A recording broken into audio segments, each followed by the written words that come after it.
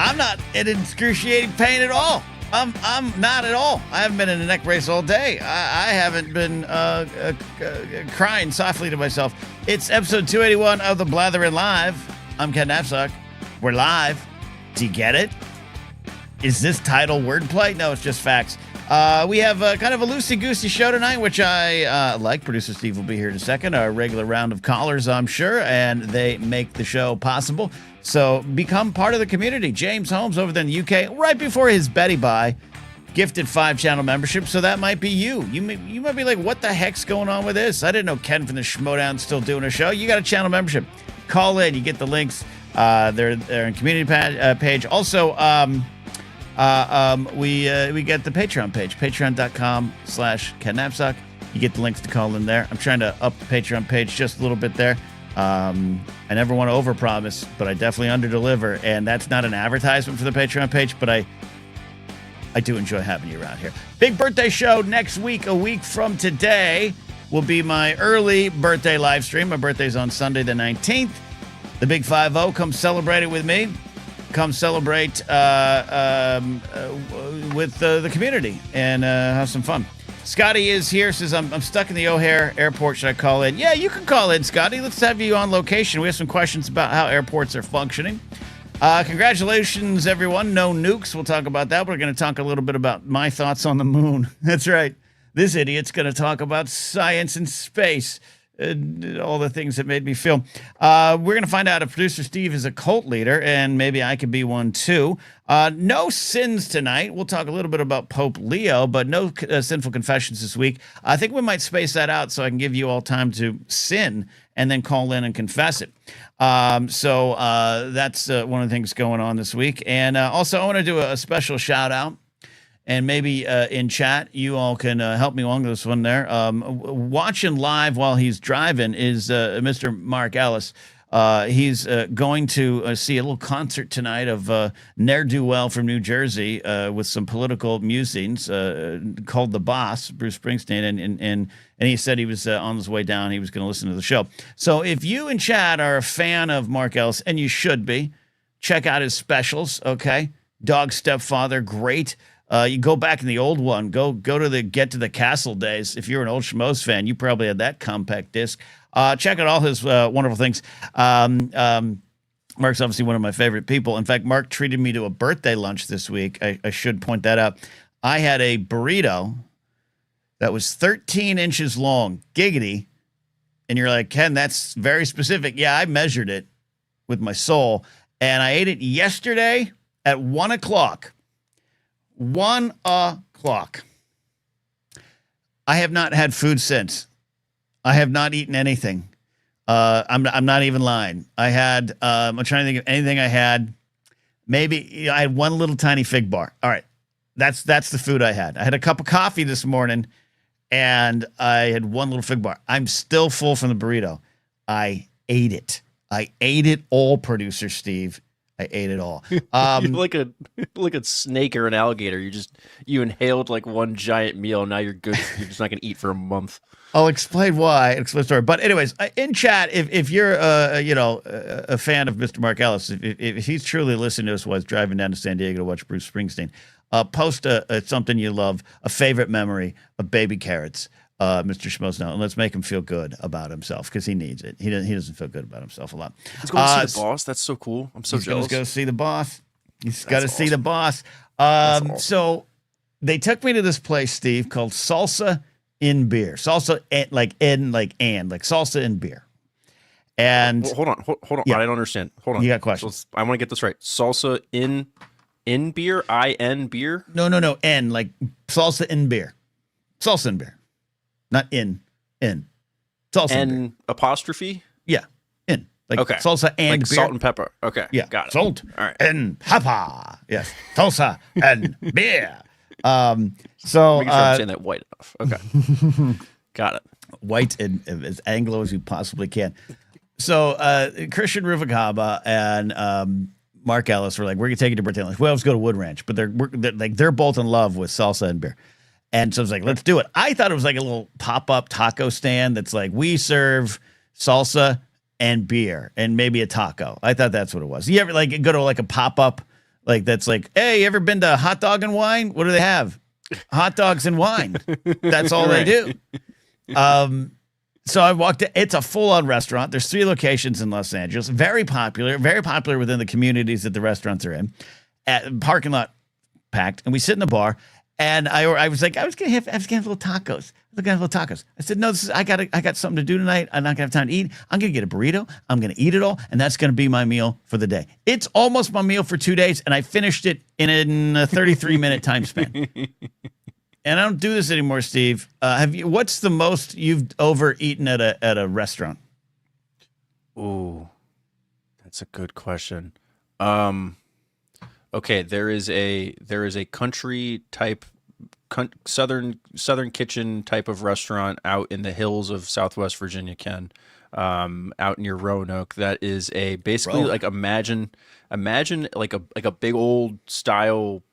This is gonna sound bad, like a big old style plantation house, like the house that you see in The Patriot. That is like sister-in-law lives in, that he starts like sleeping with halfway through the movie. Imagine a house like that. Yes. But they convert it, like the first floor, into a dining room where they sell, like, where they only serve, they don't give you a menu. Like you go there and you eat the food that they give you, Ken. There's no like, oh, I'll have this, I'll have that. It's, we're going to serve you courses of food. You're going to pay a certain amount of money, and you're just going to leave when you can roll yourself out. So it's like endless fried chicken, endless, just all Southern home food. You could like, there's seafood, there's waffles, there's breakfast food, there's big giant burritos, it just keeps coming. Like it just keeps, and they just keep bringing it to you. Like a so you Fogo de really Chao. just eat till but it's like, but there's no red card, Ken. There's no stop signal. No, no. Okay. It's just you just go till you can no longer. You have to get up off the table. Like if you're still sitting there, they assume you want more food. You have to leave. So okay, yeah, that's what you did. That's where you did it. Yeah.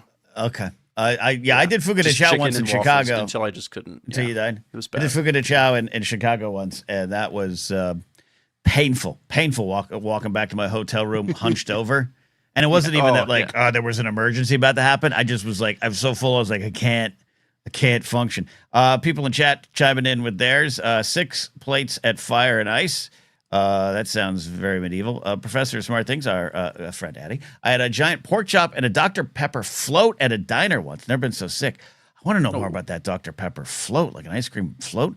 Detective McCarcel says, it's always Mexican food. It's easy to overeat at a Mexican restaurant. That is true. I once, at a restaurant in my hometown called Ventana Grill in Shell Beach, California, I ordered a burrito as well. Burritos are my weakness. I finished it, and the waiter came up and with all sincerity looked me in the eyes and said, I have never seen a human finish that. So I think that kind of was the feel yesterday. I was like, I can do this. I know how to do this. It's been painful. Michael also says crawfish every single time. No, I can't do crawfish. Sorry. I can't do crawfish, but there was a lot of crawfish at the establishment that I'm talking about. I bet. Detective McCarcel would have fit right in at this place, trust me. I bet. We're going to get a live call soon from Scotty in an airport. Like I said, no sins tonight. You know what I mean, Steve? I want people to build up their sins. Yeah. This is a great segment, but if it's every Thursday, I've noticed there's been less and less sins. So I need you all to go out and sin. Well, I think early on we cleansed a lot. You know what I mean? Like I think we took care of a lot of people quickly, and so we kind of did a little too much good, and so now, there's only so much sinning. I mean, let's be honest. Even Jared, there's only so much sinning Jared or the folks who usually call in can do in such a short amount of time. Right. And plus, we don't want the little white lies necessarily, folks. We want the good stuff. So stuff. You're right. We gotta let it marinate for a little bit. Don't kill someone just for the show. No, I didn't. I didn't say that. No suggestion.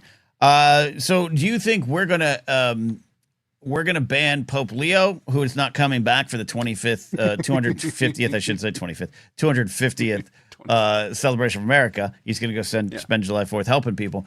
Do you think they excommunicate, ban JD Vance from the Vatican, or that we ban the Pope first? What's your over under? What's the markets telling you? Oh, what happens first? Okay, well, I think the Pope would excommunicate JD first, but I haven't even thought about the second half of that, of what you said, and oh my god, I want it to happen so bad. The idea of Trump and Vance banning the Pope from the United States would just I mean, that the evangelicals, first of all, they'd be like, "Oh my God, it's starting. This is it. Like, it's really started. Like, here we go." Oh, and yeah, I don't want to wade into the religious wars here. I don't want to have a crusade, but saying, like that's banning the Pope. I still know some evangelicals who are like, I don't recognize the Pope.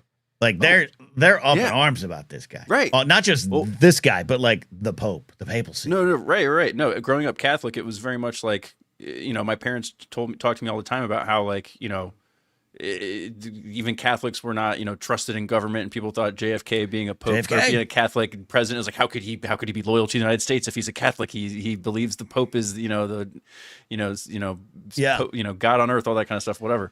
Or seeing God on earth, but it's a whole like, it's a whole funny thing because the Pope is American. There's like that, and JD, for whatever reason, like you can tell he like wants him to like him so bad.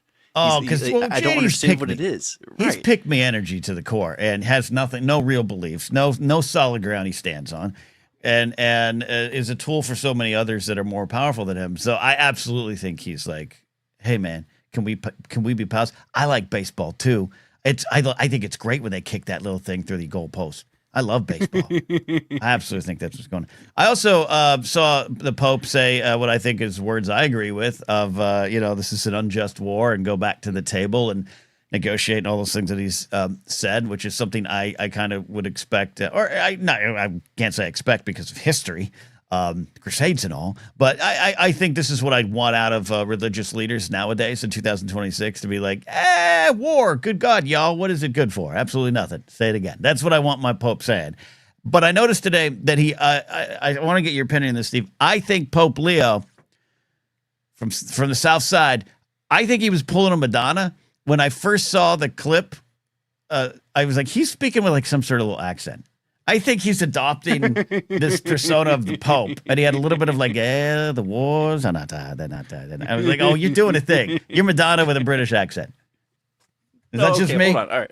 I have to defend my Holy Father here. There is an element to, like, the Pope speaks like all sorts of different languages all day. He's like the only person around who's actually still speaking Latin, right? Yes. But he also speaks like all these other languages because all the cardinals everywhere, they speak a million different languages. So I imagine it's kind of like it's like the effect of like a kid being like, raised in a foreign country, but his parents are from somewhere else. He's going to kind of pick up he's sing-songy everything. Because the other thing, he's singing hymns half the day because he's writing, he's casting spells, Latin. Whatever it is. Yeah, so he just has that sound of Expelliarmus, right? Expelliarmus to JD Vance. Yeah, no, I agree with this. If I could talk like that and get away with it, I would.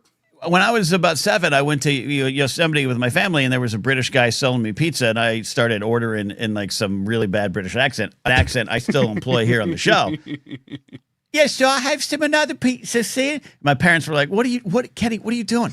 What are you doing? And the guy just kind of smiled, and I just did it. So I think that's what the Pope's doing. I think he's an accent sponge. Breaking news, and we'll get to the moon. We'll get to Scotty. Hopefully Scotty. I have a feeling Scotty's spending the night in the O'Hare Airport. Mark Alice live. Watching as he drives. I don't know how he commented. Says, Ken and that burrito greet each other like Arnold and Carl Weathers in the beginning of Predator. It was true. It was true. and this followed. And I like this. A lot of conversations about Mexican restaurants here in chat, which is probably my favorite place to go. At just any Mexican restaurant. Love chips and salsa.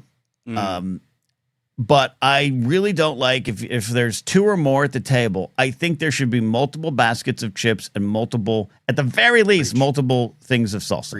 Preach. Okay, right? So what is your limit? Like 3 people to 1 salsa bowl? Is that too many? Is 3 crowd for a salsa bowl? 2's too much if you ever have salsa with me. Because I scoop it like a spoon. Those tortilla chips become a spoon of salsa to me.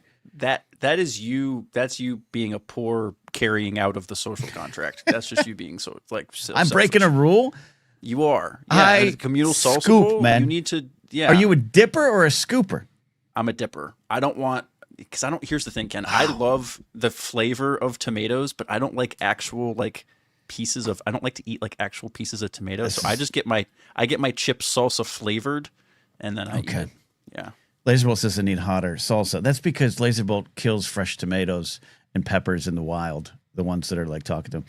Yeah, Svetnik agrees with me. One bowl per person. Well, here's what I like about salsa in beer. We sit down, three of us, Christian Ruvalcaba, Mark Ellis, myself, and they bring 2 bowls of chips, 2 baskets of chips, and each of us had our own salsa bean dip. They have a very unique bean dip salsa thing going on. We all got our own. Now, I will note, only one of us finished the entire bowl of our little bean dip, and that was me, and I didn't get a refill. No one came by to give me a refill. They were like, 1 for you, gringo, 1 for you. But that's how I dip. That's how I do it. I scoop, man. It's okay if you ask for it, right? Like if you sit down and it's like, okay, hey, I'm gonna get can we have an extra thing of salsa kind of thing? Or hey, the real alpha thing there to do, Ken, is like you assess how many people are at your table, and then when they drop it off, you say, hey, we'll get X amount of extra bowls of salsa. Like, hey, can you bring us 2 more bowls of salsa? Kind of thing like that, and then you can self-distribute and do fine. But again, we didn't need to do it. Ken, if we're in that window between the first bowl and chips of salsa being put on the table and your opportunity to ask for more, you need to make do for the next 5 minutes. But they brought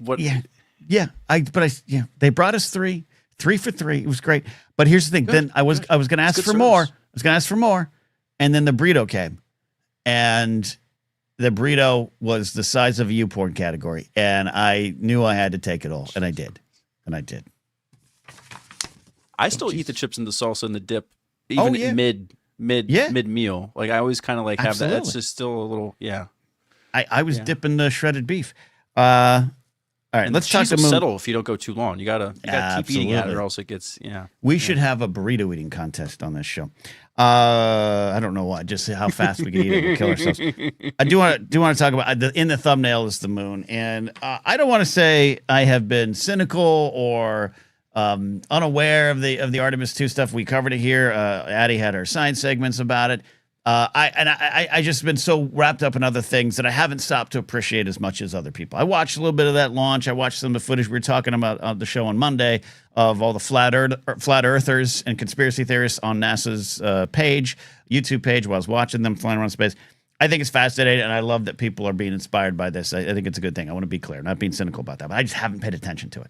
But yesterday, I got up kind of early, met my friend Jason for a walk, and as I'm meeting Jason for the walk, it's still early enough where the moon was out, right? Like a little white puff in the sky with a little crescent moon, half of it in shadows, pretty big, looked like a quarter on my eyes up there in the sky. And I started to get a little emotional. I was like, there's 4 people currently like bebopping around that thing in a little tic-tac of a capsule. With not a working toilet, really. They fixed it. I don't trust it. I think there was a cover. I think there's some bag action going on. Yeah. Anyways, it was up there. And Steve, I was like moved. I was moved by the science of it all, the exploration of it all, the smartness of it all, the accomplishment of it all. And I was like, right up there right now, there's 4 people. And they're looking back at me going, right down there, there's billions of people. And we are all one. We are on a spaceship called Earth, and we got to treat it better. And I was like, you are on the moon, which will eventually have a Ace Hardware, a Pep Boys, and a 7-Eleven on every corner up there once we get up there. And I was moved by the moment, Steve. Does that make sense? Ace Hardware has definitely not contributed enough to the inaugural campaign to get a store on the moon. It's going to be, we all know it's going to be Home Depot. The Home Depot is going to be the official home improvement store, moon improvement store of the lunar base, Ken. Yes, I think so. So sorry to Ace Hardware. Pep Boys, though, you got a chance. Yeah. Have you been moved by the science of this week, the accomplishment of this week or so? Absolutely. As someone who has a young daughter who we watched this together, she didn't necessarily know exactly what was going on, but she was enamored by the lights and the smoke and the rocket, right? And the fact that, there's, a woman on this ship who's, one of the farthest people to ever be away from the planet and everything. Also, I heard she's a big Eagles fan, so go Birds. That was cool. But that whole part of it made it fun from a it was the whole thing. That part made it cool because I was like, watching my daughter watch that on TV. Okay. I got kind of the emotional kind of hit from that kind of thing, and then I didn't have the moment of looking up the moon. I wish I had even thought about that because I don't even know if I really even took a second to look at it while they were up there. But I'm glad that you did. Thank you. But I find it fun. Again, it's so. for me, the excitement is so muted. So much excitement right now is muted because of how dreary everything else is, and the fact that The threat of nuclear war will do that. Yeah, we came within 10 hours of nuclear war since we talked, Ken, and then avoided it. And the Strait, I still don't know now if the Strait is open or if it's closed or what the deal is with that. If we're paying $2 million a ship, Oh yeah. Oh god, that was a whole Jesus whole thing. Yeah, no, JD Vance talking. JD Vance talking about whether or not the Strait of Hormuz was open or not, Ken. The way he it reminded me of the way that Republican senator hand waved, when women don't necessarily want to get pregnant, they can just kind of figure that out. I think is how he called it. JD Vance just kind of said the Strait they're just kind of figuring it out. They're getting through the Strait, just figuring it out. And I was like, we're even hand waving away geopolicy. So this is good. So all that to say, the moon was inspiring. But you know who's inspiring? He's a man of God. He is a man of bombad. He is our travel correspondent tonight, and we're going to do this with camera. We're going to see if this works. I'm so excited for this. Scotty J. Rowe is here from the Chicago International Airport, a.k.a. O'Hare. Oh, there's a bird. There it is. There's a bird. There's a big bird there. Scotty, can you hear us? How you doing? Hold on. I can hear you loud and clear, gentlemen. Hold on. This is my view. Oh, wow. Look at all these people. Oh, that's America, baby. Every one of these people right now is texting someone on their family going, there's an asshole on his AirPods talking loudly to someone on a computer. Okay, I'm not talking that loud. Come on, Ken. Come on, buddy. How are y'all? We're good. What's the reason for travel, and how's it going there? And have you been detained or stopped by ICE? Nothing with ICE yet. Might be soon, though. I might say a few things that'll trigger it. Yeah. Okay. But I was in Chicago the last week. Went to see a Japanese guitarist play on Tuesday. So I saw a guitarist named Masayoshi Takanaka. He only has done one world tour, and it was 41 years ago. This is his second one. And this was an incredible experience. He's like the Japanese Santana, but infinitely better. Santana's very mid. And I will go to bat on that one. Oye Como Va is one of the most bland songs I've ever heard in my life. And let's not forget, Carlos Santana is anti-trans. Don't ever forget that, folks. Live on stage a few years ago, he went on an anti-trans rant. So maybe Oye Como no is what I'm saying. Is that wordplay, Steve? Maybe. Look, I can tell you this much. This Japanese guy, way better. He plays a surfboard guitar. He's one of the greatest to ever do it. He really is, hands down. Not even to lie to you. I've been obsessing with him for the past 2 years. I saw him in Japan. I saw him again when he came here. He only had 5 stops in America. He did 2 in New York, 1 in Chicago, and 2 in San Fran. And he's out. So he gets he's out of here. That's amazing. So does he obviously music transcends all languages, but does he sing in American, sing in Japanese? Does he sing at all? Like, is he just a guitar virtuoso? Like, how's the concert? Both. It's everything's very guitar driven. I'm gonna send you some stuff, Ken. I made some playlists. You'll really like it. I even got the MP3s for you. Because I know Ken has an iPod shuffle. So it's good stuff. It's very beach sounding. It's like if Buffett was better. And I love Jimmy Buffett. I've seen Jimmy 3 times. Steve, you hear this? Scotty J. Rowe's coming into the Chicago airport. He's landing some swipes at some legends.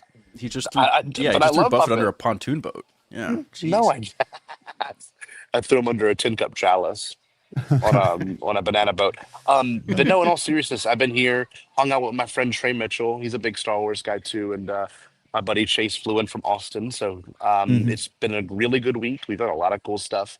Did a lot of dumb stuff too, as one would do when you're in Chicago, where things are legal. And they aren't legal in Louisiana. Oh, you got to come to California. You can do all those things here too. Did you go to Fogo de Chao and overeat on meat and get the meat sweats? What did you do? Just did a little bit of that. Didn't go there. Went to Luminati's. I just call it Illuminati because it's so much Illuminati's. easier. Yes. Illuminati's. Yes. Went there. Did you like the deep dish Chicago pizza? Do you like it? It's too much. I've only had it 2 times in my life, and I liked it the second time more than I liked it the first time. So it was good. Maybe you're prepared for it. You know, you kind of go into it mentally knowing you're going to have it. But I mean, there was some other good spots. We had a bao bun burger from a place called Izakaya. Now that shit was good. That was good stuff. But So overall, the trip was great, yeah, Ken. Thank you for okay. asking, buddy. Well, you're welcome. I care about you sincerely. Are you in the airplane? Or you're in the airport alone right now? You traveling alone back home? Yes, traveling alone. How? I'm waiting for my Spirit flight. Oh, you're on Ooh, Spirit Airlines. You know what? brave man. Rough. Everyone makes Brave man. everyone makes fun of Spirit Airlines.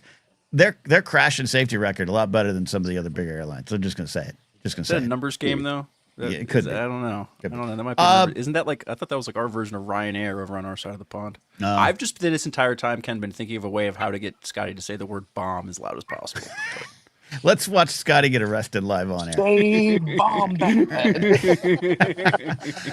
Scotty, so if you're in the airport alone, I have a question. How do you deal with when the urge to, go because you got a long flight and you don't want to use that airplane bathroom? How do you deal with going alone? You got bags checked? You just got like something simple? Do you rely on the kindness of strangers to watch your bags? This causes me a lot of anxiety. I bring it all with me. It's got 2 bags of sweatshirt, so it's not that bad. Yeah, usually, I mean, if it's like bad and like there's an emergency, I'm sure you just I could move ask it. someone near me. Yeah, you just kind of squeeze it all into the stall Yeah. with you. Okay. Yeah, of course. No, Okay. totally. One other important thing too is, when you're in an airport, there's just some proper etiquette, and the things Yeah, you I witness agree. in airports are very bizarre. Like I just watched Like doing a this live older stream. couple. Yeah, a little bit. This older couple, literally, this guy spilled an entire glass of like whatever mixed drink he got from a shitty bar, and like he just left it there, like all over the floor. I'm like, that's just Yeah. bonkers. Like that's not how normal society functions. Like What? someone would be like, hey, where do I get some napkins from? Like, no, they just left it Great lime and question. all. Great question for Scotty, Steve, and chat. What is the number one airport faux pas that drives you crazy, Scotty? Great question. Okay, Great question. I travel not a lot, but I probably fly about probably 6 times a year. God, Um, that's a lot. Anyone that FaceTimes in the airport like I'm doing right now, that actually bothers me a little bit. So I'm kind of committing the jar of You mortal have become sin. what you hate. Yeah, but I you're doing it for a good cause, content, Yeah. the capital C, the greatest thing of our time. I Of agree with course. you. I think for me, it is people who watch, and this is maybe for everywhere in life, but definitely in an airport, watching something on their phone loudly with no Oh, no headphones headphones. or Oh, no, AirPods. I would never actually. That would never catch me Yeah. doing that. Yeah, Not yeah, once. yeah. Addie's are the same. So speakerphone, but there's something like I don't like the speakerphone. I don't like the phone conversation. Where like if they were here, like you're just chatting. You could be chatting to your significant other, your boss. No one really knows. They just hear you chatting. They wouldn't But if know. if they heard me and producer Steve right now real loudly throughout that terminal, that'd be the problem. But there's something specific about someone watching a dumb YouTube video or something, like cats fighting with lightsabers or something, and it's just blasting through all of the terminal or the restaurant or the waiting room. It drives me crazy. That's rough. No, I feel that. That in public transit. People do that in public Yeah. transit. That's terrible.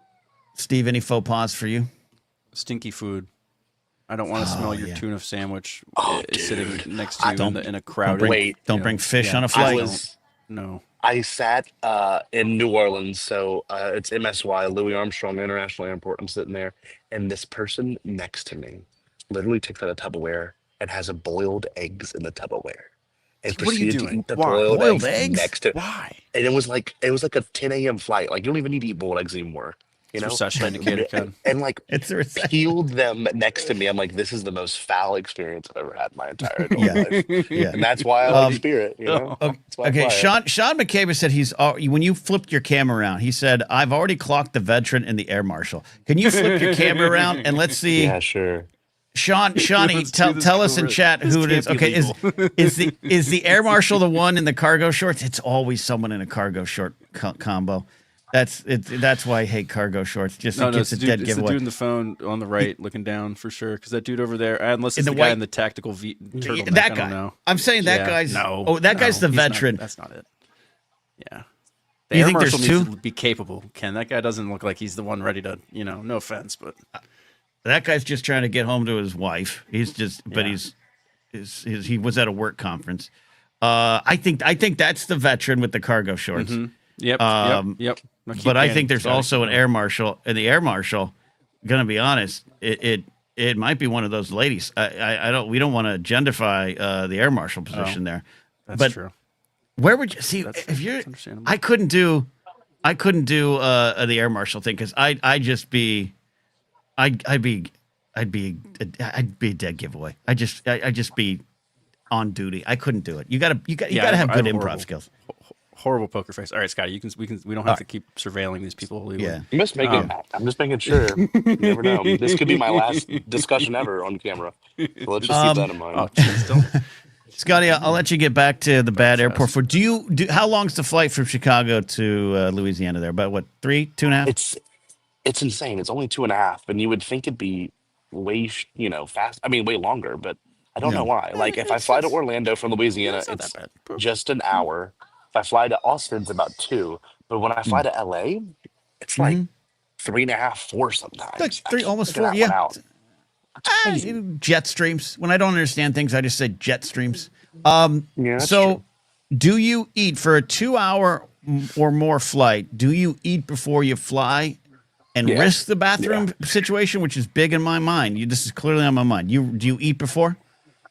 Yes, of course. Well, the thing is, too, when I land in New Orleans, I got to drive 45 minutes back to where I live. So, like, I have to have fuel in before I leave. And you're not going to catch me eating a flight meal. Yeah.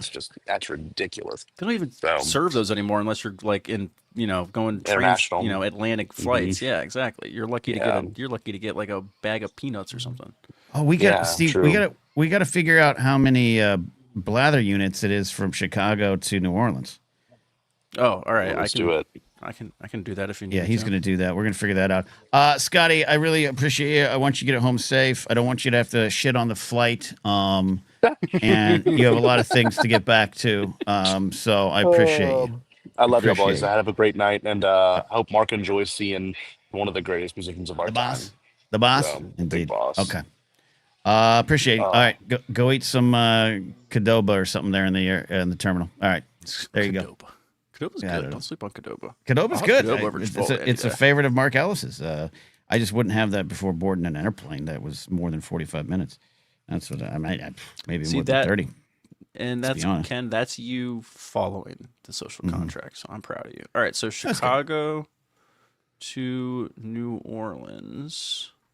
I'm just gonna go dead center, kind of middle of the New Orleans. We're just approximating here. Yeah, he's gonna land there. Blather units. Scotty's journey here. That's 29,361 ish Blather units. That's a journey. 29,000 plus. Yeah. Wow. That's a plus. That's a lot. All right, we're gonna open up the phone lines. We got 2 Jareds ready to call in. You got a surprise. You're gonna surprise me with a segment here in a little bit. I got an idea. You got an idea. And then closer to the top of the hour, we're going to do another drinking game here. At least I am. You don't have to. It's a Thursday night, Steve. You don't have to get drunk. No, we're ready. You don't have to. Prepared. You got a family. You got a family to raise. But we're going to do that. Let's take a call from Jared the Dark Jedi, not the TIE pilot. This is a Jared with an O, not an E. Yes. All right, buddy. You're on the line. What do you got? So, first of all, I'm down for a drinking game. I'm off tomorrow, and I got to cut water in the fridge. Let's go. But I wanted to ask Ken, and I want to ask you specifically because Trump's latest tirade today, not to drag blathering, kicking, and screaming into Trump discourse. Oh, I love it. Let's do it. I know you have a little bit of a pet peeve when people outside of like who are not of the professional wrestling cloth throw the industry jargon around, and it's something that grinds your gears a little bit. A little bit. It's less and less over time, but yeah. Okay. I don't want to say that we have to give it to Trump. Okay. Did Trump do the Trump version of a pipe bomb promo today? Are you talking about the one in which he is this the Tucker Carlson one? He hit Tucker, he hit Candace, he hit Marjorie Taylor Greene, Megyn Kelly, and my favorite maniac, Alex Emmerich Jones. Right. This is a turn. So, here it is. I don't know why Tucker Carlson, Megyn Kelly, Candace Owens, and Alex Jones have all been fighting me for years, especially by the fact that they think it is a wonderful for Iran. The number one state sponsor of terror. He always is good at including weird facts that he wants you to. It's always that. To have his weird capital letters of like as if everything's a brand. Yeah. Call them nut jobs and troublemakers, and will say anything necessary for some free and cheap publicity. Yes, I don't have the whole thing in front of me, but I have the article about it. These so-called pundits are losers, all caps, and they always will be. That's the one. So you're saying it's a pipe bomb for them, that side. Explain it more. And for those that don't know what a pipe bomb is, that sounds probably really threatening if you're listening to me from the government. But a pipe bomb has become, it was not something that was known or referenced until 2011 when Phil Brooks, CM Punk, cut a famous promo on Monday Night Raw that broke the fourth wall, mentioned other wrestling companies, other wrestlers, and was very real. And a lot of people weren't sure if it was allowed. And it's a fabled, and I think one of the greatest promos of all time. And CM Punk just did one the other night. Sanctioned, work shoot. But it's he in his first promo in 2011 said, "Now how's that for a pipe bomb or something like that?" and dropped the mic or something like that. So that's what we're calling. It's a wrestling promo, but it's a shoot. It's breaking kayfabe, the art of keeping wrestling secret, what it actually is. So explain your theory on why this is a pipe bomber. To me, and granted, it is on the mind. I saw the clips of corporate man Phil's pseudo pipe bomb the other night. And there's so many of these people were diehard Trumpers, and he has gone to bat for them. It's not like it's abnormal for him to publicly, loudly, triumphantly stab somebody squarely in the back. Right. But he likes it. It's the way that he got really personal with some of these people beyond just saying they're a rhino, they don't know what's best for America. I was legitimately shocked because Alden sent it to me because he was like, "Hey, he's going after your boy," and I got excited because I love watching Alex Jones get buried in any way. But he swung at Alex about Sandy Hook, right? In there, he straight up is and this specific thing was terrible. Something that Alex Jones publicly claims he only got I have to say attacked, but people came after him over Sandy Hook. He claims because of his loud support for Trump. Alex Jones takes personal credit for helping getting him elected in 2016. Sure. Very, very aggressively, more so than most pundits. So the nature of I'm just going right for the thing that hurts. I'm hitting him on Sandy Hook. I'm hitting Candace Owens on the Macron scandal. I'm hitting Tucker for dropping out of college, right? Right. And losing the Fox News gig. There was something that felt really personal, and this is again, Trump is an evil man. This is not meant to praise him. I hate him with every cell in my body, but this almost felt like a return to form for him, where there's almost a moment where it's oh shit, he still got it. Oh, something woke up. Something woke up in him. I made a joke earlier. It almost felt like his version of Tupac's "Hit 'Em Up." It was fuck Mobb Deep, fuck bad boys, a record label and a staff and as a crew. It felt very promo-y from this Hall of Famer. Yeah. So is your question? What's the specific thought starter here for me? I like this. Would it be accurate to call this the Trump pipe bomb?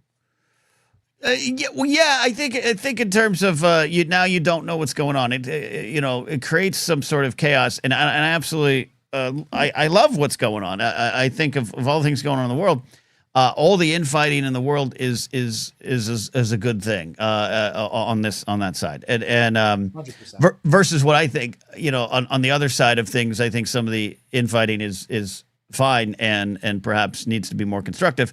Keep going, keep debating internally on the left. But I wish some of that was less public because on the other side, for years, we haven't had this broken facade. Now the facade's cracking. So I'm excited to see what happens. because I have had conversations with folks, and we've had them here on the show, where even like I believe recently, or maybe it was real life. Sometimes I'm on so many podcasts, I don't remember what conversation I had at a bar or a conversation I had on a podcast. But there's a lot of people who are like, oh, I believe Candace Owens. Now, I think Candace Owens is still a grifter and doing her own thing, but like, it's working. Like the fracture is real. And there's going to be some InfoWars fans who are like, whoa, wow, now my guy's got the truth.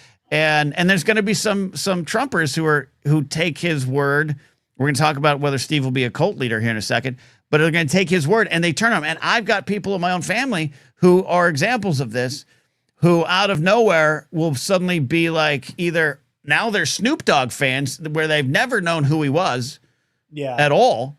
But now they're like, oh, I hear he's mega coded. I like this kid Rock. He seems like a good gentleman. And I like this Snoop Dogg. And then the other side of it is, well, Tucker's a traitor now.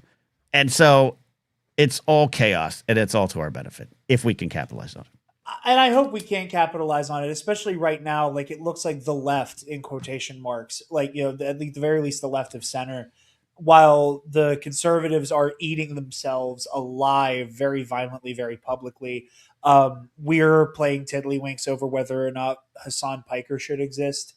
And I like, there's a part of me that just gets so angry because it's like, look at this chaos, take advantage of this chaos. Why is there not an ad on every single screen every 30 seconds talking about we have money for bombs, but not for the kids.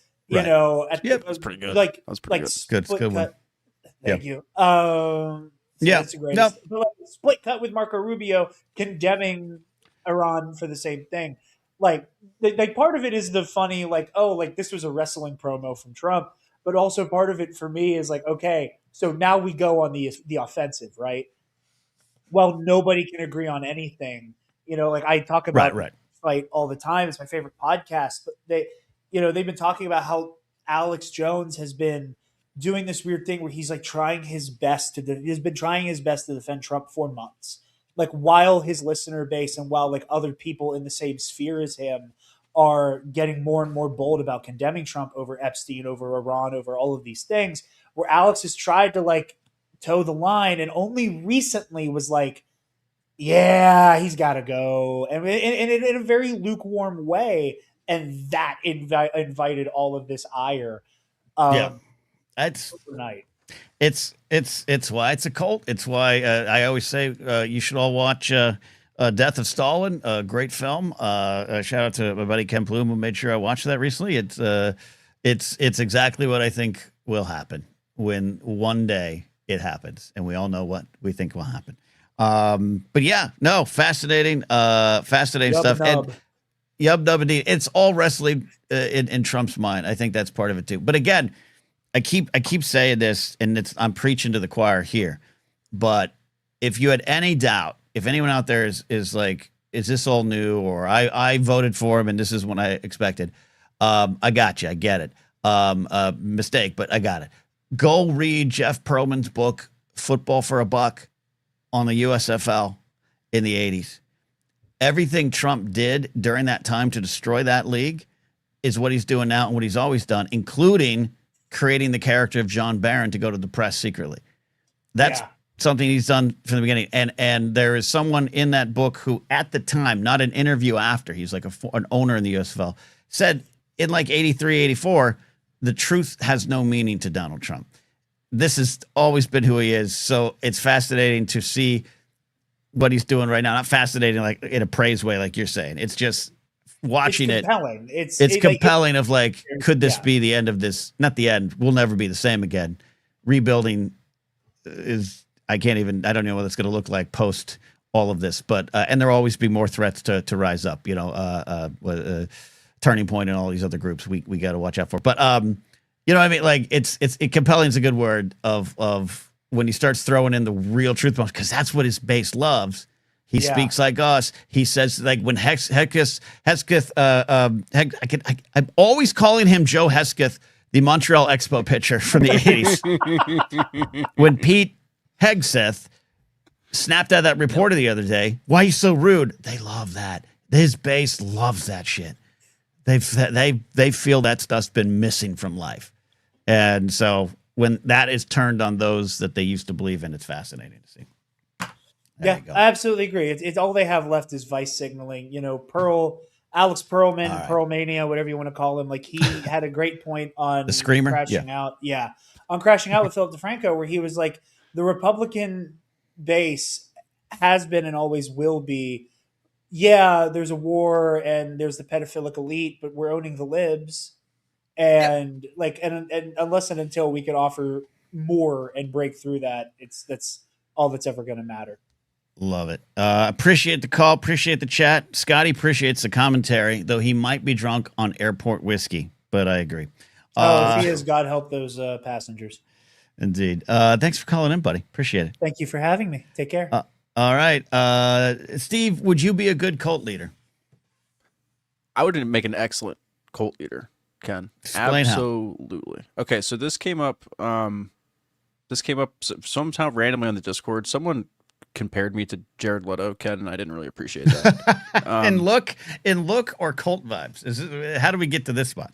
I think it was look. But I don't know. I feel like I have much better hair than Jared Leto. I'm not as creepy. I mean, his beard is. I think I might have some beard envy, but other than that, Sure. Jared Leto has nothing I want. Well, maybe his bank account, but Bank account, other sure. than those two things, Ken, Jared Leto doesn't have anything I want. But I would be a much better cult leader. I think I would make a hell of a cult leader. I think I was just born in the wrong time. Well, Scotty says he'd be. Scotty is a cult leader. Why? Give me your reasons why you feel you could lead a cult.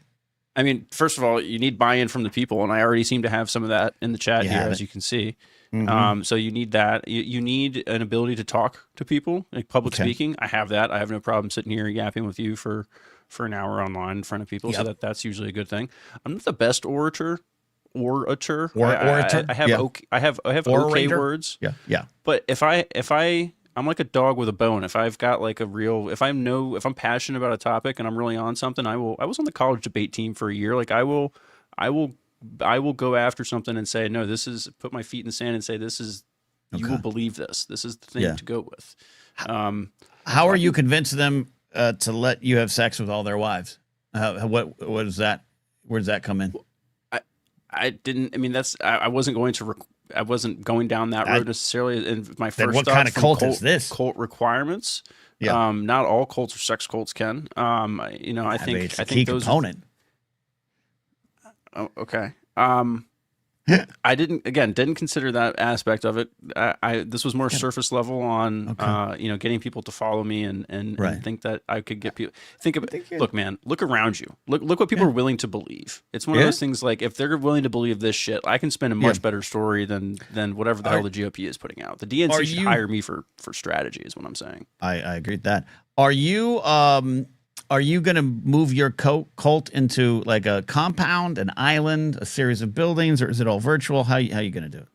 Definitely a compound. I'm much more of a compound guy than an island guy. Again, I wouldn't do well on an island. I can't do fish. I can't do, like that much isolation. I would need more infrastructure. Compound, at least I can kind of like go off in the middle of nowhere, but at least there's still a way back to civilization. An island is a little too cut off. What if, I've never thought about this. What if we positioned your cult into like 3 floors of a Vegas casino? Oh, and just took them over. Yeah, I took them over. Would never leave. No, give me the first 3 floors of the Luxor. No one's there anyway. No one's there. No one's there. Yeah, it's sad. It's very. You could walk in and be like, it's very sad.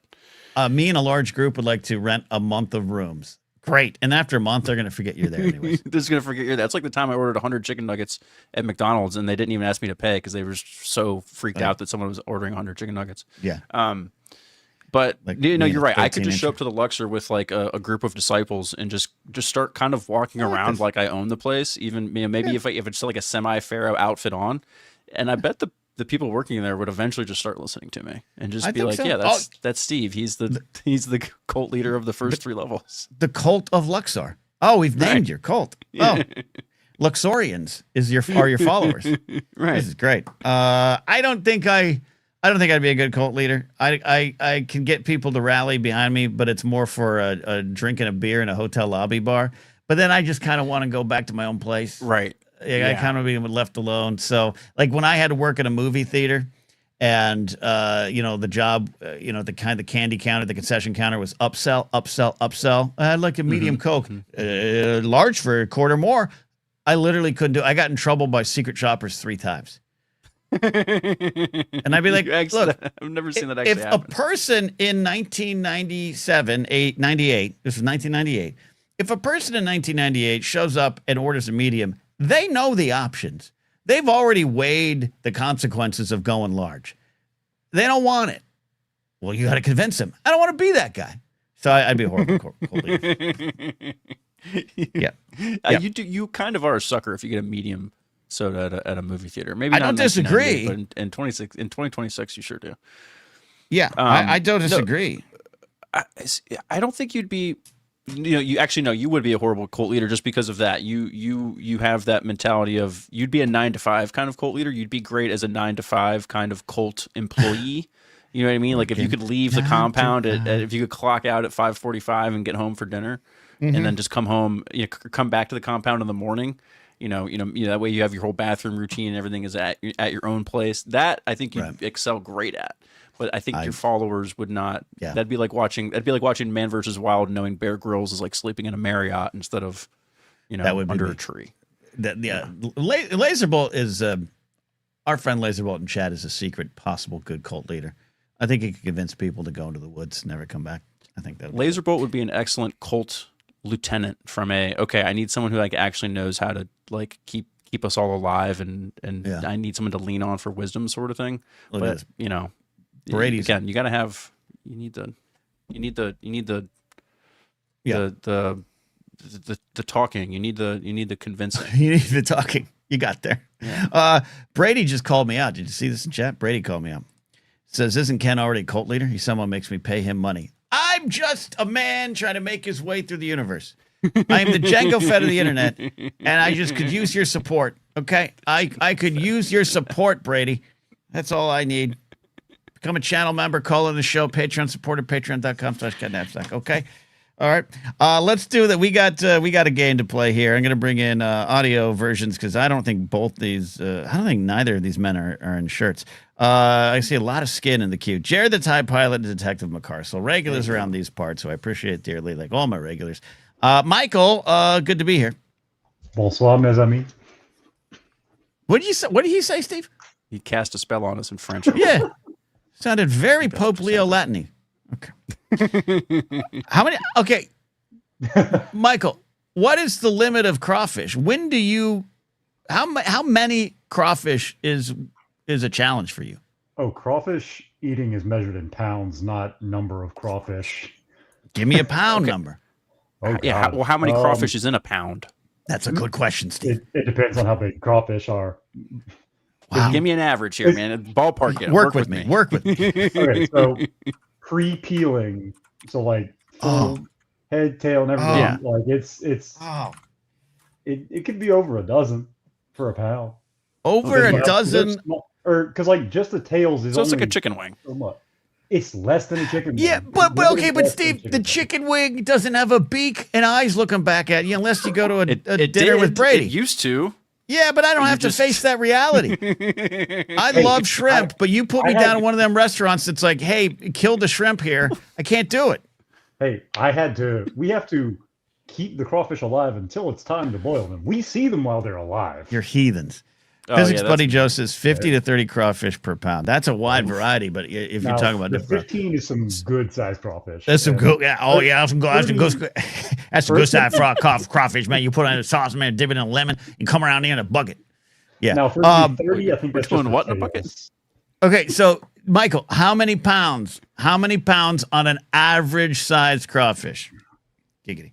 Okay, average is like 5. I've eaten into the double digits.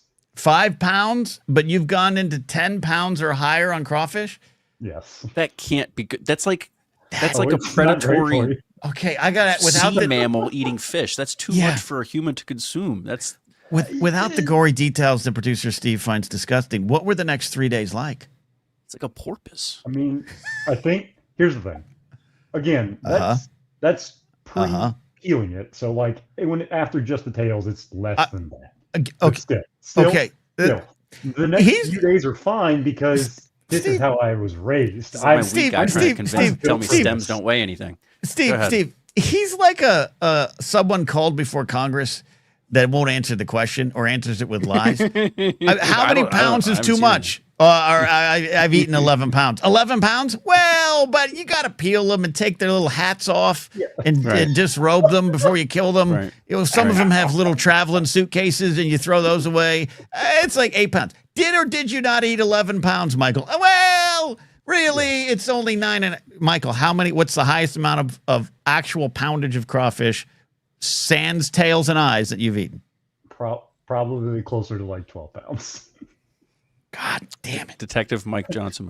This is like, I'm built for this, all right? I got it. Look, when I sat down to that burrito at Salsa and Beer, I was like, I haven't done this in a while, but I know I can. And I did it. If that burrito, if you're being real, genuinely, do you think that burrito was a foot long? Yeah, 100%. Mark Ellis and Christian Ruvacaba, go on ask the Wangers next Monday night. It was no joke, at least a 13 inch. That was probably close to 10 pounds of food. I would wager a burrito that big. If it was like, I'll say this. How thick was it? I'll say this. That's a good question, Michael. If you're going to put 13 inches of something in you should question the thickness. And it was thinner. It was not like a pencil thin thing, but it was tightly wrapped. So it wasn't 10 pounds. 6 pounds, maybe. Like 6 to 8. That's not.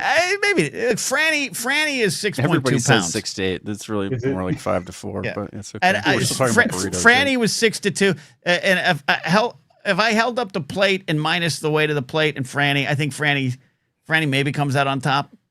But the burrito. You seem hesitant. Well, yeah, but also remember, I also ate all of the beans and the rice on the plate and the chips and the bean dip. It was quite a day. And suddenly 12 pounds of crawfish doesn't seem that crazy. Well, what seems crazy is the fact that you have to kill the animal again once it's on your plate, where at least the cow is dead. I don't like that the cow's dead, but the cow's dead when it comes to me. It's not like that scene in Hitchhiker's Guide to the Galaxy, I think the second book, Restaurant at the End of the Universe, when the cow shows up and says, pick where you want me to cut out the meat. But it's close. All right, Physics Buddy Joe's. Okay. All right, Jared the TIE Pilot's here as well. What's what's this game? Is this built off of what we did with the Massachusetts thing, Jared? No, you have completely forgotten for the second week in a row. My game was the Name the Guitar game. Remember, I sent pictures. I thought we were doing Louisiana. Steve, what's going on? Listen. There was Michael here. Control. Michael just wanted to talk about crawfish. Everything under control. We have the Louisiana game. This is our graphic right here. These are the names that we're going to do all of these. We're going to do all of these. I got to be out here by 6:20. Yep. Scotty says classic. And by the way, Scotty said this up here earlier. He gave me a very generous super chat. All hail 2013, 2019 Ken Napzok. I don't know what that means, Steve. It means you fell off, Ken. That's what that means. Oh, by the way, I've unveiled myself in the Schmodown Reddit.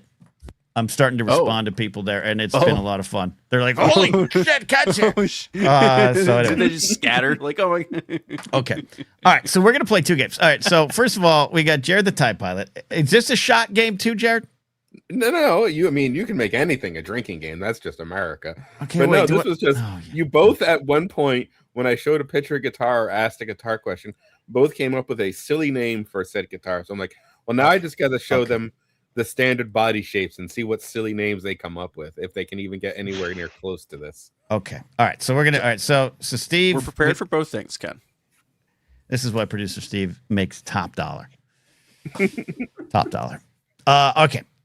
Let's do this. So here's the game for those on the audio version. You're screwed. Just go to. Yeah, I was gonna say I don't really know how to spin this one for you. 59 minutes on the video version and just watch it. Okay. What do you want me to do here? I don't know. YouTube's the future. Trust me, I miss just audio only. But this is fun. All right. So Jared, do you have a preference with the guitar? I have an order here. No, whatever order. So the guitar will come up. I'll give you one famous player of that guitar. And basically each one is just a standard body shape. So you're going to give me what you think this model would be called. You know, is it the Ford F-150? We're naming guitars. Name them all, and we got 10 seconds to do it, Steve. We're going to put some timers on this show now. Here, okay. All right, first one coming up. All right, here we go. Jared, here we go. Yep. So this one has actually been made famous by what was it? Albert King. Albert Kane? King. He actually Albert gets King. two guitars on this list. Great, because I have no idea who that is. This is I'm going to call this the Strahuvius Radicaster. Okay. I was going to call this the Woody Wagon. The Woody Wagon. That's good. It is known. It is a Firebird. Okay. Firebird. I like that. I'm going to say I was closer, Ken, because at least mine is a car. I don't know. A Strahuvius Radagaster sounds like something Scotty's going to play. All right. Next up. Cool. Next up. I like this one here. Okay. Go for it. Oh, actually, this is one Mark Ellis is going to see tonight. This is played by the boss himself. Ooh. Oh, so are we naming the model or the nickname? The model. What do you think the known as this is? Okay. Or naming whatever sounds better. Yeah. Aren't there like, how many guitar companies? There's like 4 guitar companies, right? So they're all going to be. There's so many, but there's basically like 4 main ones. Yeah. 4 main ones. Okay. So the nickname of this is Jersey Justice. That's the nickname. That's what they call it. But this guitar, this yellow with the black, is called a Fender Bumbleitis. I was going to say a Fender Bumblebee, but the nickname, if it's the boss, it would be like the Factory is what it was probably what it would be called. But yeah, I'm gonna go the Fender Bumblebee. It is known as a Telecaster. Telecaster, of course I've switched shows on a Telecaster. There you go. Okay.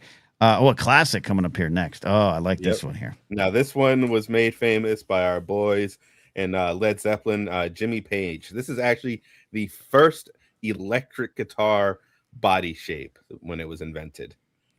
Okay. So it was used by Page in Zeppelin? Yep.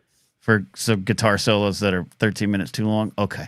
Got it. So it's got to last long. I'm not a Led Zeppelin fan. Just what's going on there? Make it 3 minutes. Come on. I don't. We save that for a backstage. We need to write that down because I'll fight you on that. I love Led Zeppelin. I don't got all day. I don't got all day. I know. Yeah, because you know why? Because there's not a lot of emotions in songs that go for 13 minutes with a guitar solo. Okay. All right. That aside, this is a Fender Tolkien Gate. Isn't this what they call? I know the word Les Paul is associated with guitars that look like this. I don't know if that's the name of the guitar itself. I just know that's what I associate with Jimmy Page and the guitar that looks like this, because it's round, and this looks like a round old man version of that guitar roller coaster at Disney World. You are actually 100% correct, Steve. It is a Les Paul named after the man who invented the electric guitar. Les Paul. Look at me. Yeah. By the way, everyone in chat's tremendously upset that I don't love Led Zeppelin. 3 bands that I absolutely despise, despite their legendary status, are Led Zeppelin, Radiohead, and Pink Floyd. Now, I will say about Radiohead, The Bends, great album, great tracks, but those are the ones that the fans of that band are like, oh, the radio ones, the one that played well on radio. I'm a radio guy. Steve, if you got 19 minutes of... You lost me. You lost me. So no Joe Satriani too. Joe Satriani.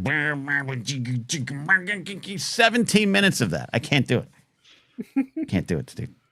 I thought we were supposed to. So you like music, but not too much music. I don't know how much. I'm confused here. Are we supposed to?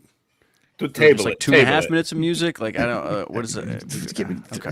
I want 3 chords of the truth, and you got 4 minutes to do it. Okay. All right. Next up. Let's go. We got 5 more. So we got to move. This? Now this one is famous by being played by James Hetfield of Metallica. Another band I don't like. I'm with you. I don't like them either. This is a Gibson Flying Z. The Flounder. It is the Explorer. I was closer. Explorer. Okay. I like that. What's the brand? Is that the brand? I think it's Gibson. Gibson is the brand. Yeah. It's all right. Jared had Someone tried to come in and rob his guitars. I saw it on camera. All right. I love that. I love this. Hello, Ox 2000's here. Welcome, joining the show too as well. Okay. So what was it? Sorry, it was called the Explorer. But what's the brand name, Jared? Gibson. It is Gibson. I was close. Yep. Okay, Gibson. The main guitar companies you would know would be Gibson, Fender, Ibanez, and PSR. Oh, here we go. Now this is Les Paul a brand. I know who Les Paul is, but is Les Paul a brand? It's a model. Gibson owns the Les Paul. Gibson owns them. Okay, that's a great. Ibanez. Yeah. Okay, this is. Oh God, who plays this? Is this Gene Simmons? Satan. No, this is. This is Lita Ford. Lita Ford. Okay. Yeah. Got it. Okay. This is a Fender Rage Tar. This is the kind of guitar that made my dad not want to let me listen to contemporary rock music because he assumed if I listened to music that had guitars like this, right? Exactly, that I was going to immediately do black tar heroin when I was in 7th grade. Absolutely. So, this is the Gibson Starcaster. Wow, you got really religious there too. Between Laser Bolt and Envia, we got them both. It is a BC Rich Warlock. So BC Rich is another brand. BC Rich. BC Rich makes a lot of pointy guitars. Big with metal people. Okay, big with that makes sense. Okay, Stonehenge. Okay, next up here we got another classic. Oh yeah, this is Albert King, the blues guy from like the 50s. Yeah, okay. This was his main squeeze. Okay, this is the guitar from the Daft Punk Interstellar 555. He has a spaceship, Ken, that looks exactly like this. Really? It's a guitar, but it's a spaceship. Fascinating that you like that, but not other songs. Okay, this is an Ibanez Starfleet Academy. It does look like the badge. I'll give you that. Okay. Your eyes are going because it does say Gibson at the top of the car, at least. It is a Gibson. Oh, I can't see V-neck. Close. It's a flying V. Flying V. See, it is. That's why it's a spaceship, Ken. Look, see? Okay, hold on. Jen Miro's here. She says, "You guys know the names are on the right, the neck, right? All right, let me, Jen. I know we haven't had a chance to hang out in a while. This is what I look like now. This is what I look like now. I can't see anything." Chuck Schumer's on the show, folks. Yeah. I'm going to write a very stern letter. Can you tell us why you're not doing anything? He always has his glasses on, and he can see him. Very stern letter to Gibson for making the flying V. Okay. It's very aggressive and sexual in nature, and we can't have that. All right. 2 more left. Let's do this. Oh, this is Angus Young rocking with the Hell's Bells and Back in Black right here. Okay, this guitar, I only recognize this guitar because, correct me if I'm wrong, Jared, you might not even know this, but I think at least back in like 2009, the front dude for Fall Out Boy used a guitar that looked like this. This is the guitar he used, yes. Okay. All right, I remember that. I remember that. What do you... I don't know what it's called, but it looks like Batman, so I'm going to call it the Gibson Cowl guitar. Okay. Well, and I've been having the chat off for most of this. The chat's on, so they gave me the brand, and I can see it because with my glasses, I can see it. It's an SG Devil Horn. Actually, it's you're close because it is a Gibson, but the model is SG. Okay, what the fuck? What the hell? Wow, you got that close? Holy shit! It says it on the neck, Stevie. Okay, but is it the Devil Horn? No, it's an SG. Oh, it says SG at the top. Oh, I didn't even think. That's not fun. A Gibson SG. Yeah, that's fun. Nice and simple. Okay. I just thought those were like. Scotty says exposing Ken to Daft Punk would be great. I have been exposed to Daft Punk. They were on Fortnite in a collab, and I had to sit and watch some goddamn 11-minute concert to get some XP. Yeah, that is so cool. Ridiculous. Goddamn, sketch comedy rock is what it is. Okay. What? All right. Final one. I'm going to write a very stern letter to Daft Punk. Okay. This is a classic. This is a classic. I know this one. You ready, Steve? You ready, Steve? This is Jimi Hendrix guitar right here. Okay. This looks like the bass guitar that I tried to play in 8th grade to impress girls in middle school. Their bass guitars are the similar shape. Yes. Okay. Chat. You go first, Ken. Well, chat has given the answer. Oh, I'm not looking at the chat. Okay, then you go first. I think this is a Well, I can see it says Fender at the top, so we know it's a Fender. Okay.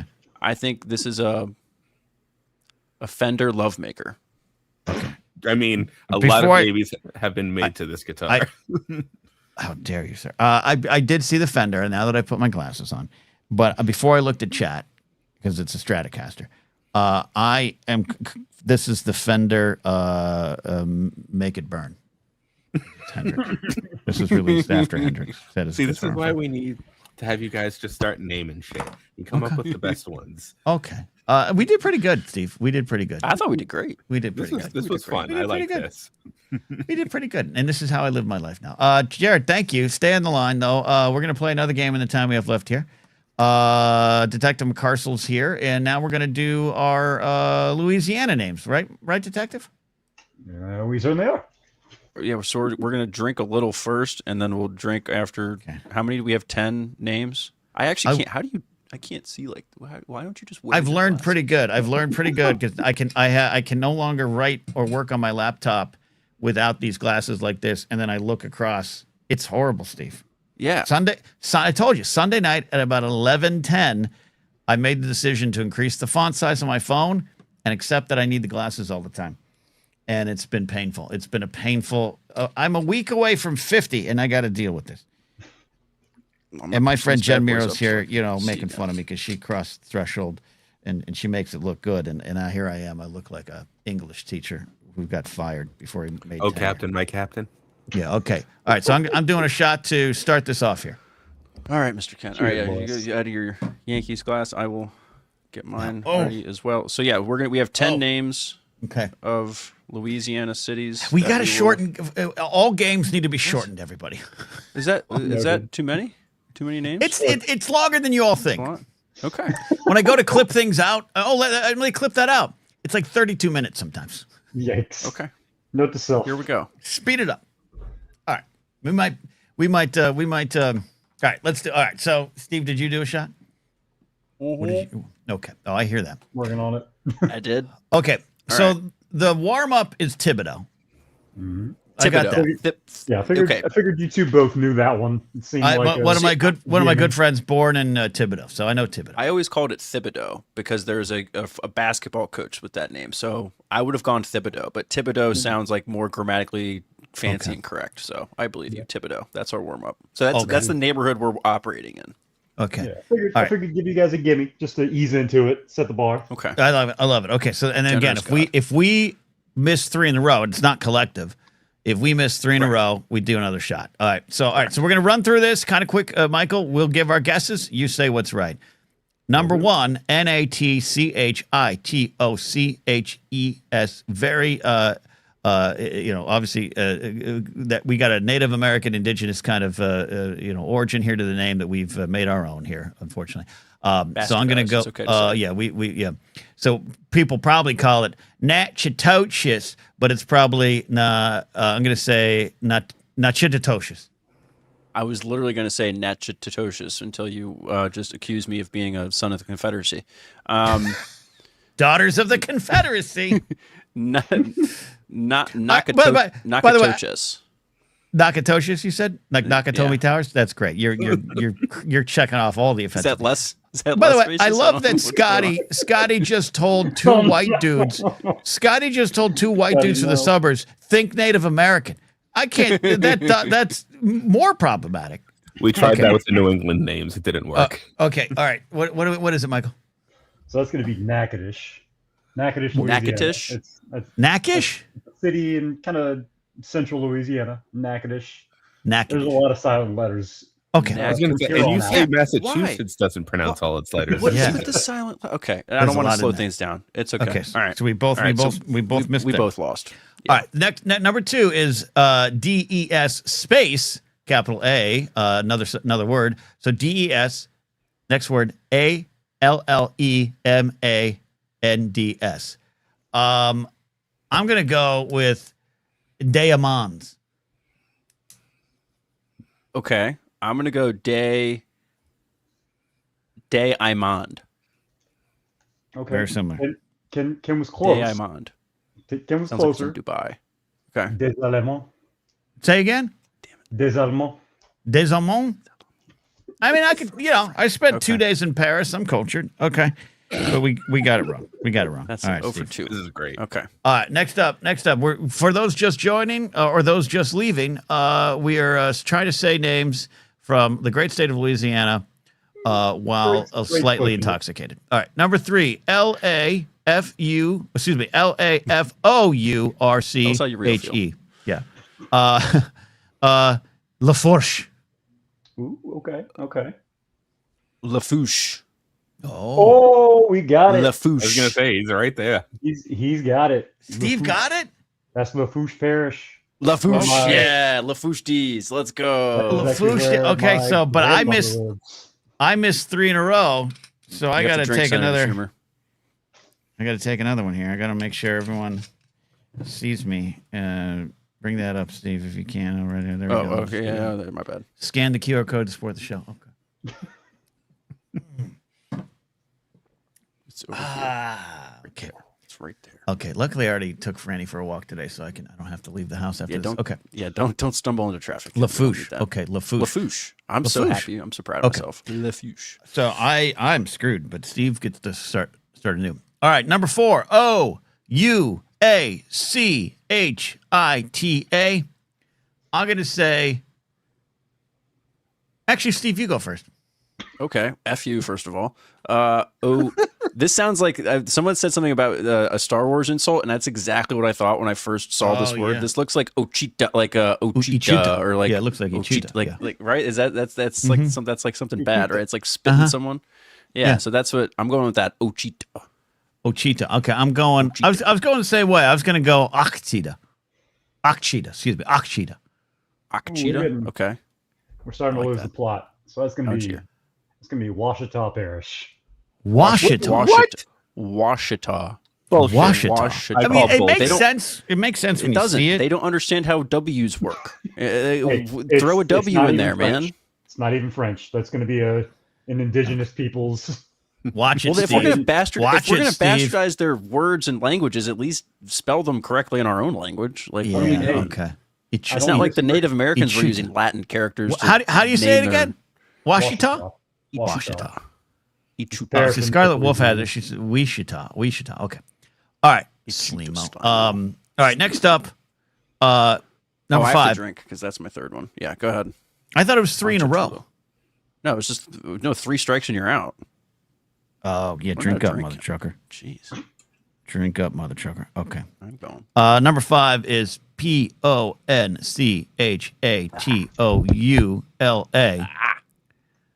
I'm gonna say Ponchatoula.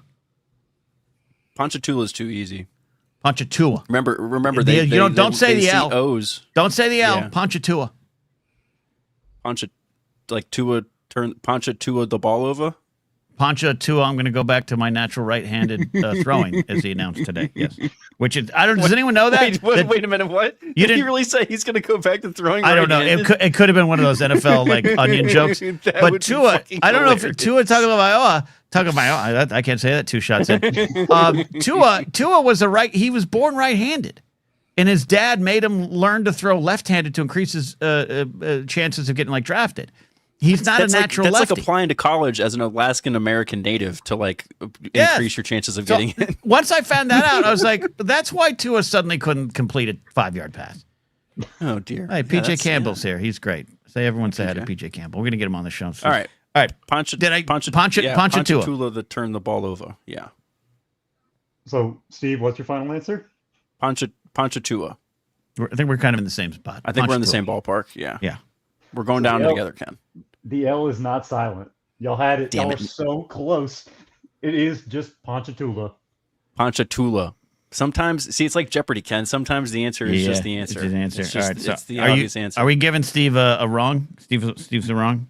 Oh, I'm You wrong. had it Yeah, right. We both got a strike there. Okay. Y'all both Okay. kind of. I'm willing to give y'all both a bye on that one. Okay. They get the mulligan. They got the mulligan. All right. So Y'all all right. did So I'll Steve, take it. If you're gonna give it to me, I'll take it. oh, okay. We're gonna take it. Okay. All right. Number 6. Avoyelles. And mind you, folks, I'm 2 shots deep into this. Avoyelles. okay, I don't know if the French do the same thing with their L's as like, you know, when you, in Spanish, when you see two L's together, it's a different sound because it's quesadilla, not quesadilla. Right. So it's avios, not aviolas. Aviolas? So I'm saying aviolas. I'm going to go the less gringo version of that. Avios. Okay, calm down, Dorina. All right. All right, what is it? What do we got? Avoyez. Say it again. Avoyez. Avoyez. I was laughing. closer than you all want to give me credit for. He's trying to say it without laughing because we're morons, Ken. Okay. And we don't know how to read our own fucking language. That would have been well, this isn't ours. This is the Frenchies. This is the Frenchies who helped us in French these are cities in our country, Ken. Okay. Our tax You calm down there, Jared. Yeah, Jared that's Ouellette. great. Okay. All right. I would have had another shot, but because I got that mulligan, I don't. Steve is good. We're both at. I'm at 2 missed. Steve's at 1 missed next in the next shot round. All right. Number 7. TANGIPAHOA. Homeowners Association. Wow. This is dangerously dirty, Steve. What do you got? This just made me think of Topanga from Boy Meets World. That's what I was That's literally my thinking. guess. Yep. That's right. Topanga. Because you know what? Because you're a horny bastard. Okay. I mean, What are you calling it? Topanga. Topanga? Yep. I don't even know how you come close. Dude, don't to pretend like the rest of the letters and the rest of these make sense. Like, None come of on, these just make sense. Work with me here. Like, just play on. Topanga. that. I'm gonna go with Tangipoa. Ooh, Ken's real sounds close. naughty. Ken's real close. That's Tangipahoa. I just forgot to add a kinda- syllable. Okay. I'm kind of. Oh, that actually is pretty phonetically there, though. Tangipahoa. That makes Tangipoa. sense. Okay. Yeah. Where you go? I'm willing to give it to Ken on that one. That was like. You. Okay, but Steve's are wrong. All right. Yeah, I'm 0-2. All right, so you're Steve you're made one up- away. Steve rearranged letters on that one. I just went with my heart. Look, No. yeah, I'm the only one rearranging letters and sounds right here. Get the hell out. No, the sounds are all there. They just are different sounds in different languages. Okay. All right. Yeah, and in This- different by the way, friggin' orders. This game exposes how dumb I am, and I'm happy to play it. But this is what it does. All right, number 8. This game? Okay. PLAQUEMINE.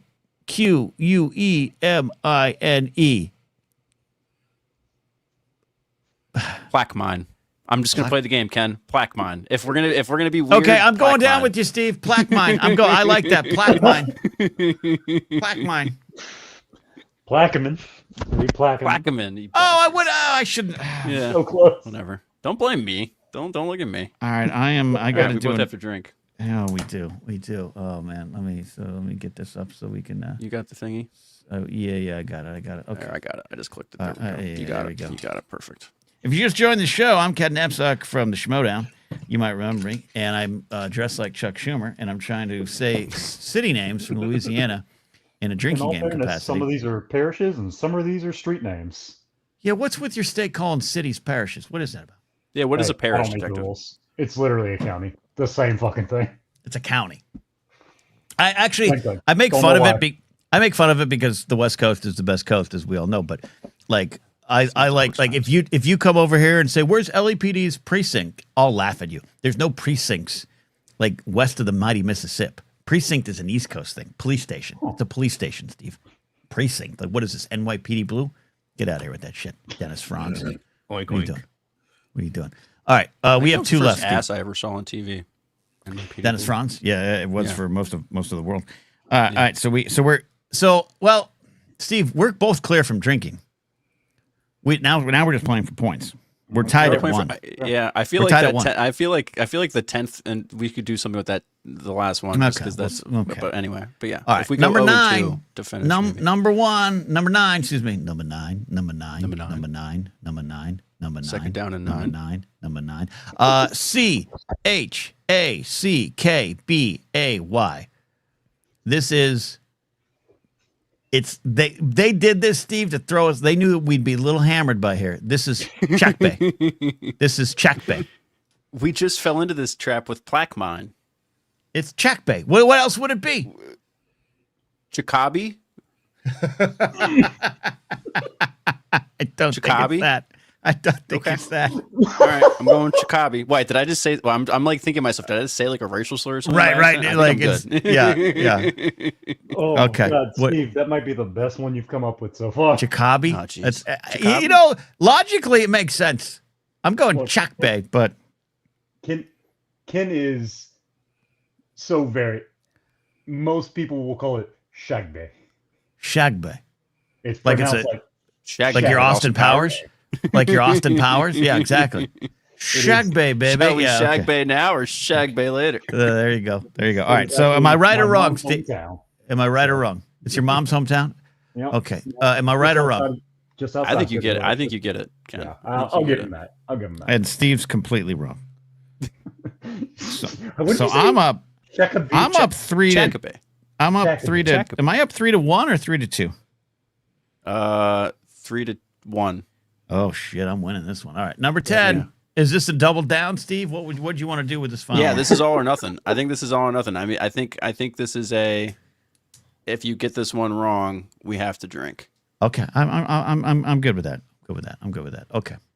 We should do this like when we're not towards the end of the show, so that way we're. But see, anyway, I wanted well, to do this yeah. because if I did this at the beginning of the show, I'd spend the rest of the show slightly drunk, and then we saw drunk movie fights. We know what happens. Yeah, well, I know, but I wanted to ask Fun drunk stuff. Chuck Schumer. But I have so many questions for drunk Chuck Schumer. You don't understand. I'll tell you what, Steve. You get this one right within reason, like within a circle, like a horseshoe.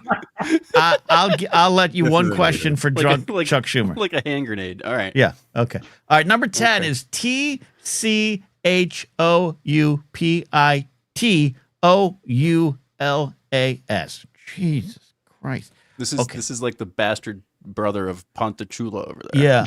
Yeah. I'm going with Chupatolas. Chupatolas. Chupatolas. I don't know why that makes me laugh when you say that. Because it sounds like a good soup at Soup Plantation. Chupatolas. Chupatolas. Oh, you don't get chupatolas? It has matzo balls. It has a nice cheese on top, some rice at the bottom. Chupatolas. What are you doing, Okay. Steve? Chupatolas. Chupatolas. I got to tell you, there's a lot of ways to say it, but that ain't it. Like hippopotamus? Hip hop. Hippopotamus? Chupatolas. Okay. Hey, we've all seen Big Daddy. Yeah. Yeah, I've I like what I've Alan never- Smithy said. It's pronounced I've never seen. Chupatolas. Like Never I seen. mean, he nailed it, right? Yeah. I've never seen Big Daddy. Exactly, Never seen Big Daddy. Okay. What is it? So this is a street in New Orleans. What? Really? It's a street in New Orleans? I thought we were doing That's parishes cheating. or cities. Nah, we're just going. Scotty and I just went all over the map. Oh, Scotty well, provided. Wait, hold on. Time out. Scotty made it provided together. some of these? He did. There was a lot of overlap. I should You probably know, be in my overlap. Discord. I should probably be in my Discord more. Okay. Okay. Admittedly, I messaged him separately, so It's a street in what parish? it's in New Orleans, so Jefferson Parish. Oh. So is New Orleans still a city in Jefferson Parish? Jefferson. Yes. Yes. Okay. I'm a little less that's gonna angry be- at parish then. A little that's less gonna angry be- at parish. That's going to be Chapatulas. I was pretty close. Really close. I'll say it was wrong, but I was close. Steve, The T, that first T is silent. Chapatulas. I was silent with it. Shopatolas. I just went tollless. It's tooless, but that's wrong. I was wrong. Very close. Steve, you did not get it right, but Steve, you had a pretty good showing. So I'm gonna do another little half shot. Oh, you're gonna do a pity shot with me? Thank you. Yeah. We love you, Much Steve. appreciated. Scotty, Good friends Scotty don't let is other correct. friends. Drew This Brees is- basically owns New Orleans. By the way, I want you to know on Number Tuesday one, night with on Culture, Faith, and Politics, I talk about serious stuff that matters. Okay, He does. I watched the show. He you does. do. I Thank you can for confirm. watching Pat Conkey and myself. Okay. All right, Steve. One question for drunk Chuck Schumer. Oh God, I got this. I got to make this good. Okay. All right, Mr. Schumer. Be honest. Yeah. AOC walks past you in the Senate or in the Congress building hallway. You've turned around and looked. I would never do that. I'll tell you what I would do. I like to recognize the power and purpose of these wonderful women that I serve in the U.S. government with. I would never violate my contract with the Lord our God. I did love Jimmy Carter. He was a good president. He was a better Christian. And he had lust in his heart. And we saw what lust in his heart could do. So I would never have lust for a colleague. I would, though, if possible. I'd write a nice, sternly written letter and send it to her and say, I think God has blessed you. I like the rooftop. Were you a fan of the rooftop dance video, Mr. Schumer? I thought it was a little untoward. I thought it showed aggressive gyrations and a penchant for fun. And it was full of too much personality. But it caused a stir with the youths. And I am nothing but a person who wants to cultivate the attention of the youth. So I told the rest of the Senate. I said we've got to allow this to happen, okay? And I even in the House of Representatives too. I said we got to unloosen our top collar. Have you ever been at a wedding and they start playing Gloria Gaynor, and you want to get out there? You want to shake it up a bit. Now we know that God has said in the Bible, probably the Book of James. Maybe Ecclesiastes, thou shalt not show personality on a dance floor. 2 feet apart, keep your hands above the belt. But I think it's still valuable. I think it's still valuable. So that's where I go. That's right. That's where I go. Thank you, Mr. Schumer. I appreciate your time. You're welcome. Michael, thank you for the game. Scotty, thank you for the game. You're both sinners in the eyes of the liberal Jesus. I hope you become right with your creator. But I appreciate what you do here. Jared the TIE Pilot, you're lost cause. Oh, 100%. You're a lost cause. You have seen too many pricks in anger, and that is confusing for an older gentleman like myself to understand. Thank you, Chuck. There you go. We appreciate your time. Good night, Ed. Good night, Jared. Good night, Detective McCarthy. I kicked him out of the studio. All right. I'm going to take my glasses off. I think we had some fun tonight. I think we'll be back. We'll be back Saturday. Right. Oh, that whiskey just hit me. A lot of fun. But yeah, Steve, as a producer, put this note in the old note box. Games are cut in half. Okay.